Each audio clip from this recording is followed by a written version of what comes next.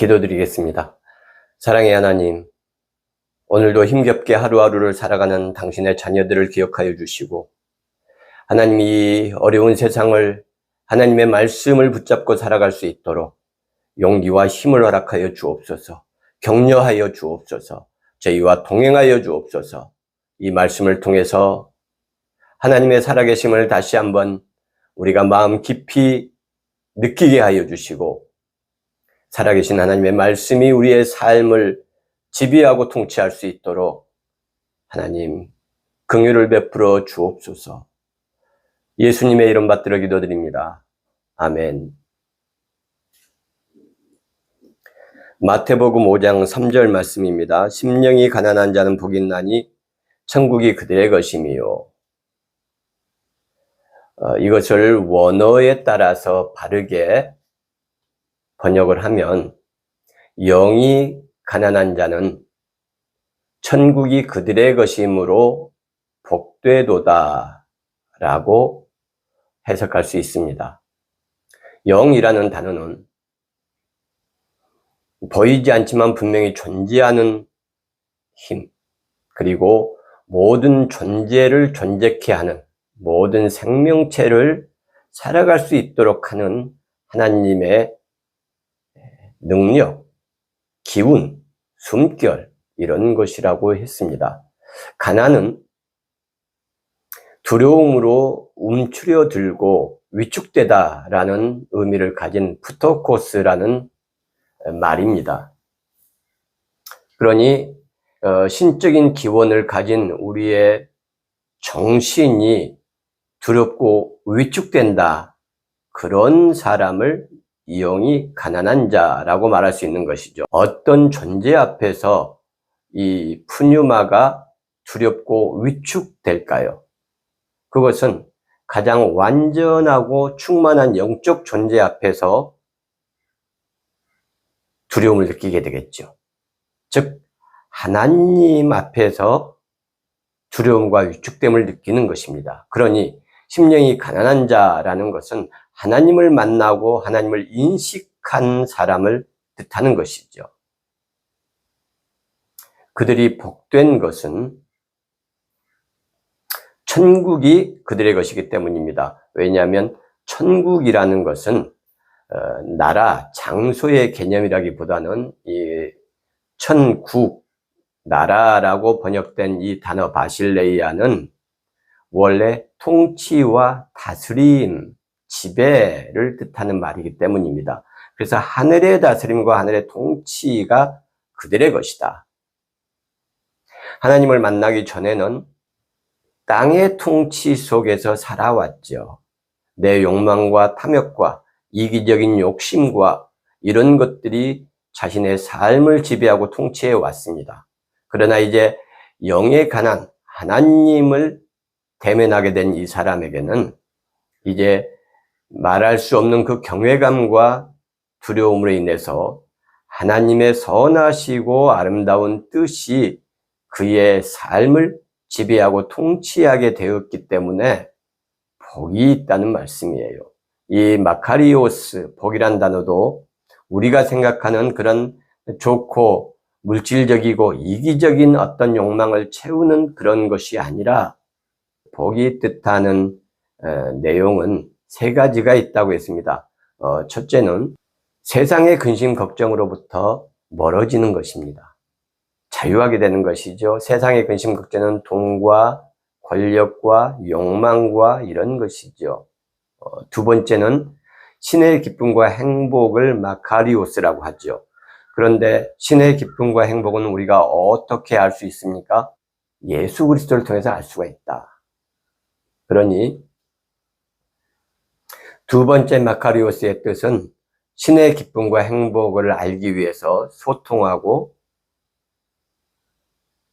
하나님의 뜻을 살피는 것이다. 그리고 세 번째는 그렇게 알게 된 하나님의 뜻, 기쁨, 행복을 내가 공유하고 그 하나님의 기쁨과 행복에 동참하는 것입니다.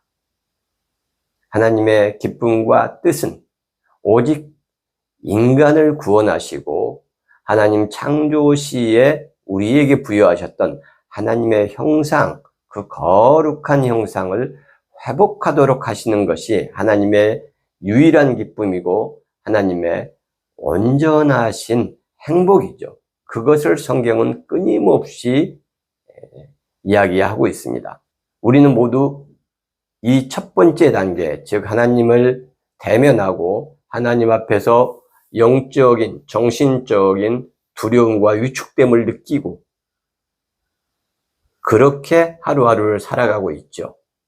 만약에 우리가 하나님에 대해서 경외심과 두려움이 부족하다면 또는 없다면 우리는 하나님으로부터 너무나 멀어져 있고 우리의 삶은 영적인 가난과는 멀어져 있는 셈이지요. 애통하는 자, 애통하다라는 단어는 펜테오라는 단어가 쓰였습니다. 이 펜테오를 성경에서 어떻게 사용하고 있는지 우리는 알 필요가 있습니다. 그래야 하나님의 메시지를 우리가 바로 이해할 수 있는 것이죠. 제가 몇 군데 읽어보도록 하겠습니다.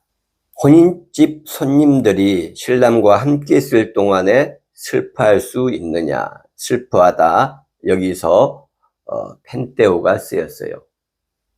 그러나 신랑을 빼앗길 날이 오리니 그때는 금식할 것이니라. 신랑을 빼앗길 날. 이 신랑은 누굽니까? 예수 그리스도죠. 제자들이 스승 예수 그리스도를 잃을 날이 있다. 십자가의 죽음을 뜻하는 것입니다. 마리아가 가서 예수와 함께하던 사람들이 슬퍼하며 울고 있는 중에 이 일을 알림해. 마가복음 16장 10절 말씀이에요. 예수 그리스도께서 십자가에 돌아가셨습니다. 그리고 무덤에서 부활하셨죠. 이 사건을 가장 먼저 목도한 사람이 막달라 마리아입니다. 이 막달라 마리아가 스승을 잃고 슬퍼하며 통곡하고 있는 제자들에게 예수 그리스도의 부활한 사실을 전달하는 내용입니다. 화 있을진저 너희 배부른 자여 너희가 애통하며 울리로다. 누가복음 6장의 말씀이고요. 계시록에 보면 또 이런 말씀도 있습니다. 땅의 상인들이 그를 위하여 울고 애통하는 것은 다시 그들의 상품을 사는 자가 없음이라. 바벨론으로 말미암아 치부한 이 상품의 상인들이 그의 고통을 무서워하여 멀리 서서 울고 애통하며 티끌을 자기 머리에 뿌리며 울고 애통하며 외쳐 이르되 화 있도다 이 큰 성이여 너희 보배로운 상품으로 치부하였더니 한 시간에 망하였도다. 이 내용들은 전부 이 펜테오 슬퍼하다는 애통하다는 이 말이 죽음과 관련되어 있다는 사실을 알려주고 있습니다. 계시록의 이 말씀은 방금 읽었던 것처럼 큰 성 바벨론이 파괴되고 멸망한 것을 슬퍼하는 내용이에요. 고린도서에도 이런 내용이 있습니다. 너희가 오히려 교만하여져서 어찌하여 통한이 여기지 아니하고, 여기서 통한이 여기다. 여러 사람의 그 행한 바 더러움과 음란함과 호색함과 회개하지 아니함 때문에 슬퍼할까 두려워하노라. 바울 사도가 두려워하는 그 슬픔은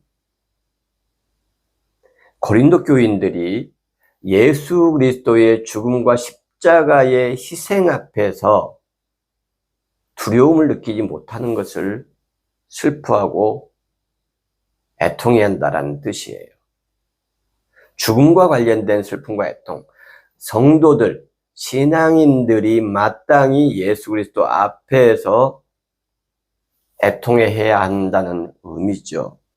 성경에서 약 10번 정도 쓰인 이 펜테오, 애통하다는 단어는 죽음과 관련하여 깊고 슬픈 마음을 표현하는 단어입니다. 그 죽음은 누구의 죽음입니까? 예수 그리스도의 죽음입니다. 예수 그리스도 죽음 앞에서 왜 슬퍼하는 것입니까? 첫 번째는 하나님의 아들이 나 때문에 돌아가셨다라는 죄책감에 대한 애통함이고요. 두 번째는 내 죄의 무서운 실체 앞에서 애통해하는 것입니다. 그러니 이 펜테오가 갖는 두 가지 아주 중요한 의미들이 있다고 할 수가 있죠. 예수 그리스도 앞에서 슬퍼하는 것, 성도들의 것입니다. 그리고 자기의 죄 때문에 슬퍼하는 것, 이 두 가지 의미를 이 펜테오가 담고 있어요. 그들은 위로를 받을 것이기 때문에 복되도다.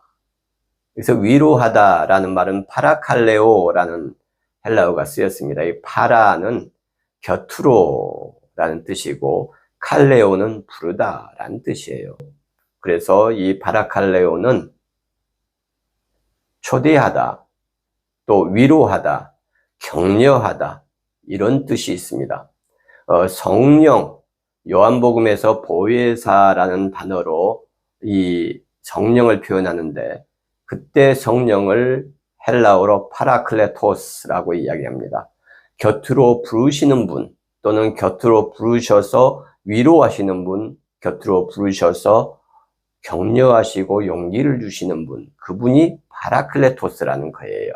성령의 다른 이름이시죠. 4절 말씀을 정리를 하면 예수 그리스도의 죽음 때문에 슬퍼하고 애통하는 사람, 그리고 예수 그리스도의 십자가의 희생 앞에서 자신의 죄를 자복하며 통곡하는 사람은 파라칼레오, 하나님께서 그리고 예수 그리스도께서 그들을 가까이 부르시고 위로하시며 격려하실 것이기 때문에 복이 있도다. 이렇게 해석할 수 있습니다. 이 말씀은 우리 그리스도인들에게 주시는 말씀이죠. 지금 예수님 앞에 앉아 있는 사람들은 마태복음 4장에 나왔던 베드로 형제와 요한의 형제, 그리고 소수의 무리들입니다. 사도 전체가 아니에요. 그들은 세상의 복을 포기하고 신령한 복, 하나님의 복, 예수 그리스도의 복을 따라서 예수님의 제자가 되기로 결단한 사람들입니다. 일생일대의 놀라운 인생의 전환점을 맞이한 사람들이에요. 그들이 예수님을 따라서 산에까지 올라왔습니다. 예수님은 얼마나 이 사람들이 사랑스럽고 또 예뻤겠습니까? 그러니 이 말씀을 통해서 그들에게 세상이 알지 못했던 놀라운 하나님의 복을 지금 설명하고 계시는 거예요. 그리고 우리가 이제 나아가야 될 삶의 방향은 이러한 것이다. 그 삶의 방향과 사역의 현장을 소개하시면서 어떻게 하나님을 믿는 선택된 사람들이 이 땅을 살아가야 할지를 지금 단계적으로 설명하고 계시는 겁니다. 그 두 번째가 애통하는 사람인 것이죠. 저는 그런 생각을 많이 합니다. 애초에 하나님의 은혜를 경험하고 통곡하고 슬퍼하던 때가 있었죠. 예수 그리스도의 십자가의 희생을 한없이 애달퍼할 때가 있었습니다. 그리고 그 십자가 아래서 내 죄가 얼마나 추악하고 흉측스러운 것인지를 확인하며 또 울던 때가 있었습니다. 그런데 신앙생활을 하고 또 신학을 하고 목사가 되고 지금까지 살아오면서 이런 생각을 자주 합니다.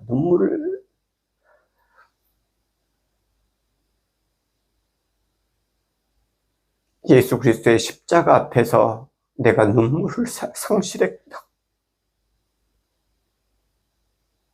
내 죄의 추악스러운 모습을 내가 깊이 인지하지 못하고 있구나. 펜테오의 애통함이 사라진 것이죠.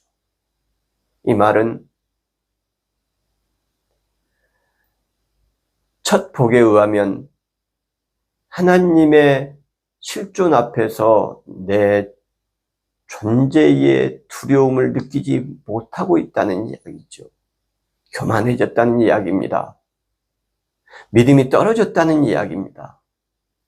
하나님 앞에서 겸손함을 상실했다는 이야기죠. 여러분, 우리가